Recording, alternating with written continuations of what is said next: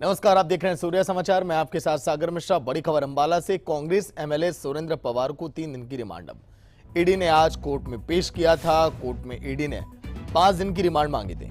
Court ने बहस के बाद 3 दिन की रिमांड मंजूर की। मनी लॉन्ड्रिंग और अवैध खनन के मामले में गिरफ्तारी हुई है। ईडी ने आज कोर्ट में पेश किया था। बड़ी खबर ये, कोर्ट में ईडी ने रिमांड की बात की थी 5 दिन की, लेकिन अब 3 दिन की रिमांड बढ़ा दी गई है कांग्रेस के एमएलए सुरेंद्र पवार की।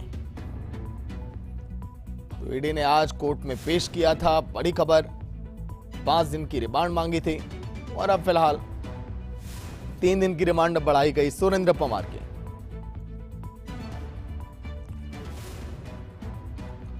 मनी लॉन्ड्रिंग और अवैध खनन के मामले में गिरफ्तारी हुई है कांग्रेस के एमएलए सुरेंद्र पवार की। कांग्रेस के एमएलए सुरेंद्र पवार की मुश्किलें बढ़ सकती हैं ऐसे में।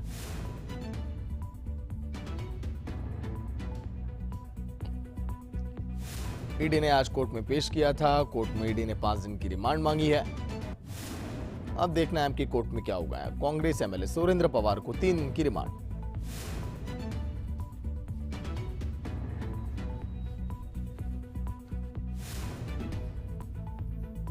कोर्ट में ईडी ने 5 दिन की रिमांड मांगी थी। बड़ी खबर यह,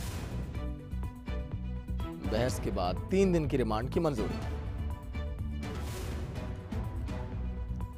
मनी लॉन्ड्रिंग और अवैध खनन के मामले में गिरफ्तारी हुई है। बड़ी खबर यह, कांग्रेस एमएलए सुरेंद्र पवार को 3 दिन की रिमांड।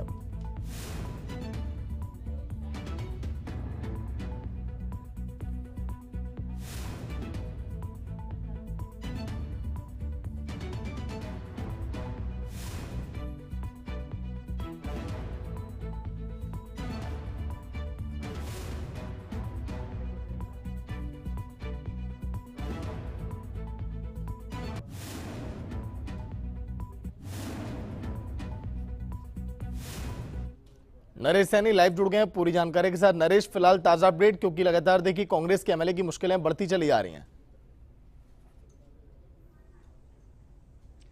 जी बिल्कुल सागर, देखिए मैं बताना चाहूँगा कि जो सोनीपत से भी कांग्रेस के विधायक सुरेंद्र पवार हैं, उनकी मुश्किलें ख़त्म होने का नाम नहीं ले रही, क्योंकि ईडी ने उन्हें मनी लॉन्ड्रिंग और अवैध खनन के मामले में जो है गिरफ्तार किया था और उसको अंबाला की कंचन माही की कोर्ट में पेश किया था और उस वक्त उनको 9 दिन की रिमांड पर भेजा गया था।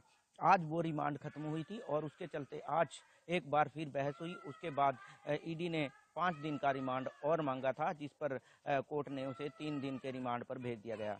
कह सकते हैं कि अभी जो सुरेंद्र पवार की जो मुश्किलें हैं वो लगातार बढ़ सकती हैं, क्योंकि ईडी जो है अब 3 दिन के रिमांड पर और लेकर गई है, तो कहीं ना कहीं उनसे पूछताछ की जाएगी और उसमें जो भी निकल कर सामने आएगा वो कहीं ना कहीं सुरेंद्र पवार के खिलाफ जा सकता है, क्योंकि ईडी अपने पुख्ता सबूतों के साथ एक बार फिर कोर्ट में पेश करेगी और कहीं ना कहीं जो गिरफ्तारी की जो तलवार थी वो तो सुरेंद्र पवार पर पहले से ही लटक रही थी और अब जब कोर्ट ने 3 दिन की रिमांड और दी है, तो उसके चलते कह सकते हैं कि सुरेंद्र पवार को अब 3 दिन और ईडी की रिमांड में रहना पड़ेगा और जो उसकी जो पूछताछ ईडी द्वारा की जाएगी वो कहीं ना कहीं कह सकते हैं कि जो सुरेंद्र पवार की मुश्किलें बढ़ा सकती है। जी नरेश, देखिए चुनाव बेहद करीब है, ऐसे में कांग्रेस के एक नेता का देखिए ईडी की रडार पर लगातार उनसे पूछताछ होना, सियासत भी गरमाई इस पूरे मामले को लेकर। कांग्रेस ने देखिए आरोप लगाया बदले की राजनीति को लेकर।